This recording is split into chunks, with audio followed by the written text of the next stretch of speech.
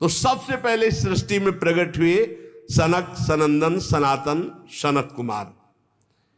ये चारों ब्रह्म ऋषि जब अवतार लिए तो सृष्टि रचना से बिल्कुल अलग नियम प्रकट होते हुए अखंड ब्रह्मचर्य, अखंड ब्रह्मचर्य, निरंतर हरिस्तरणम हरिस्तरणम हरिस्तरणम, उदासीन जगत से। दूसरी बार इस संसार कल्याण के लिए समस्त यज्ञों के स्वामी उन भगवान ने जो रसातल में पृथ्वी विराजमान थी उसको लाने के लिए वाराह अवतार धारण किया। ऋषियों की सृष्टि में देवर्षि नारद के रूप में तीसरा अवतार धारण किया। शाश्वत तंत्र का, जिन्हें नारद पंचरात्र कहते हैं, उपदेश किया। उसमें कर्मों के द्वारा किस प्रकार कर्म बंधन से मुक्ति मिलती इसका वर्णन है। फिर धर्मपत्नी मूर्ति के गर्भ से नर नारायण के रूप में भगवान ने चौथा अवतार लिया। इस अवतार में उन्होंने ऋषि बनकर मन और इंद्रियों का सर्वथा संयम करके, जो तपस्या करना बड़ा कठिन है, उस तप को किया। पांचवें अवतार में भगवान ने सिद्धों के स्वामी कपिल के रूप में अवतार लिया। तत्वों का निर्णय करने वाले सांख्य शास्त्र का, जो समय के फेर से लुप्त हो गया था, आसुरी नामक ब्राह्मण को उपदेश किया। ये भगवान अपने स्वरूप को सृष्टि में कितने रूपों में प्रकाशित किए, ये वर्णन। सबसे पहले भगवान 5 ज्ञानेन्द्रिय, 5 कर्मेंद्रिय, अंतःकरण, चतुष्टय, पंच महाभूत और पंच तन्मात्रा। फिर भगवान नाभि कमल, ब्रह्मा जी, फिर सनक, सनंदन, सनातन, सनत कुमार, फिर भगवान वाराह रूप, फिर देवर्षि नारद रूप, फिर नर नारायण रूप, फिर कपिल रूप। अनुसुईया के वर मांगने पर छठे अवतार में अत्रि की संतान दत्तात्रेय के रूप में भगवान प्रकट हुए। इस अवतार में उन्होंने अलर्क और प्रहलाद आदि को ब्रह्म ज्ञान का उपदेश किया।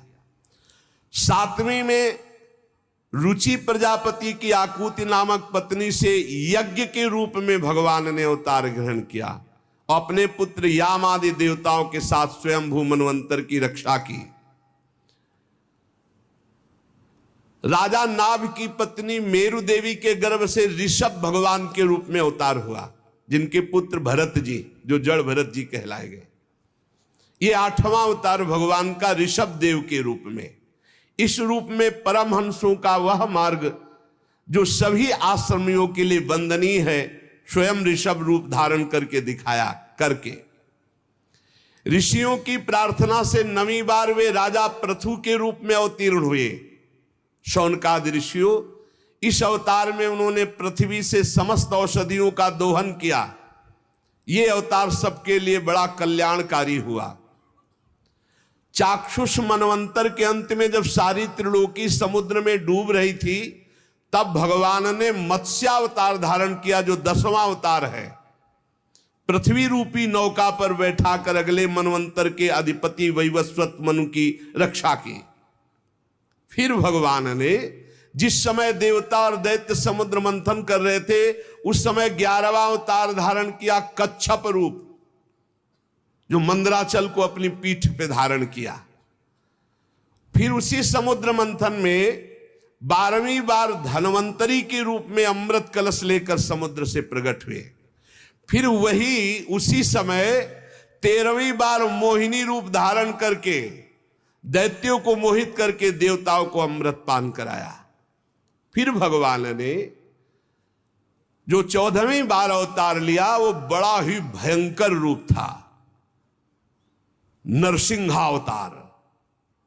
अत्यंत बलवान दैत्यराज हिरण्यकश्यप की छाती अपने नखों से फाड़ डाली, जैसे चटाई फाड़ डाली।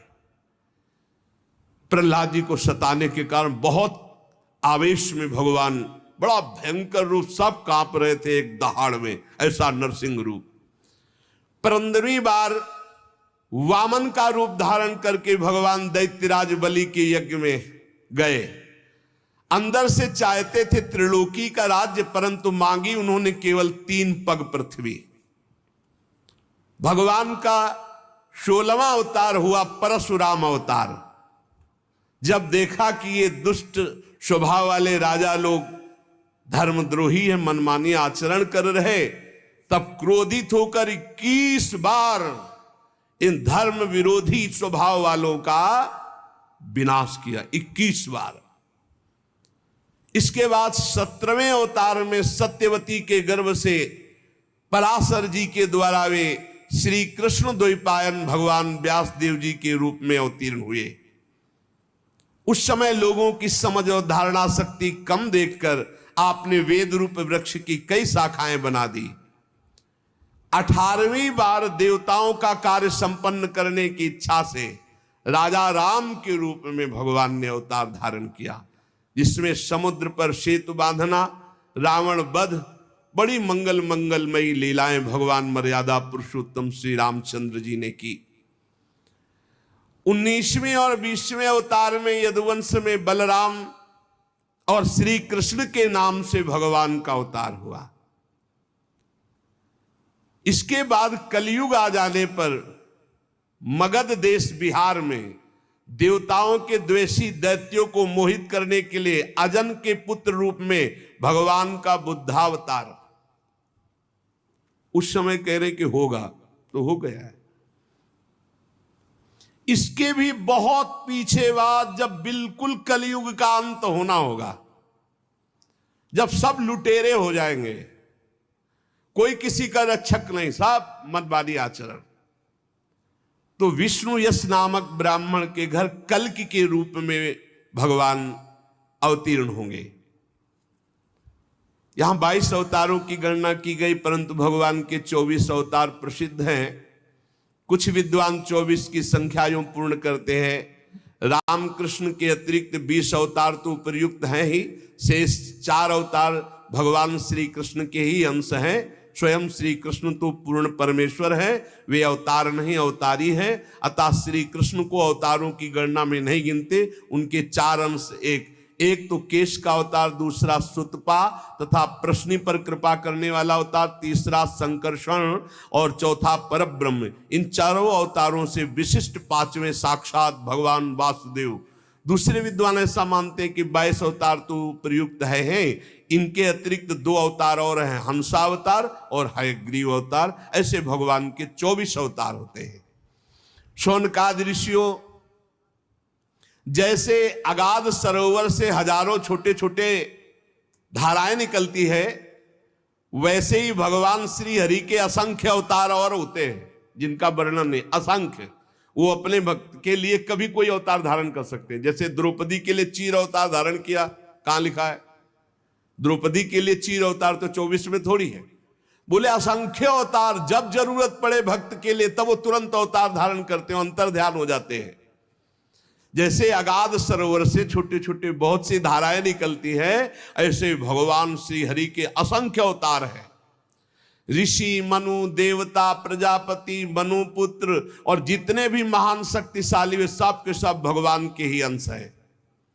ये सब अवतार तो भगवान के अंशावतार अथवा कलावतार है, परंतु भगवान श्री कृष्ण तो स्वयं भगवान अवतारी हैं, सबके अवतारी हैं। जब लोग दैत्यों के अत्याचार से व्याकुल हो उठते हैं, तब युग युग में अनेक रूप धारण करके भगवान उनकी रक्षा करते हैं। भगवान के दिव्य जन्मों की एक कथा अत्यंत गोपनीय रहस्यमयी है। जो मनुष्य एकाग्र चित्त से नियम पूर्वक प्रातः काल या सायं काल इस कथा को सुनेगा, वो समस्त दुखों और पापों से छूट जाएगा।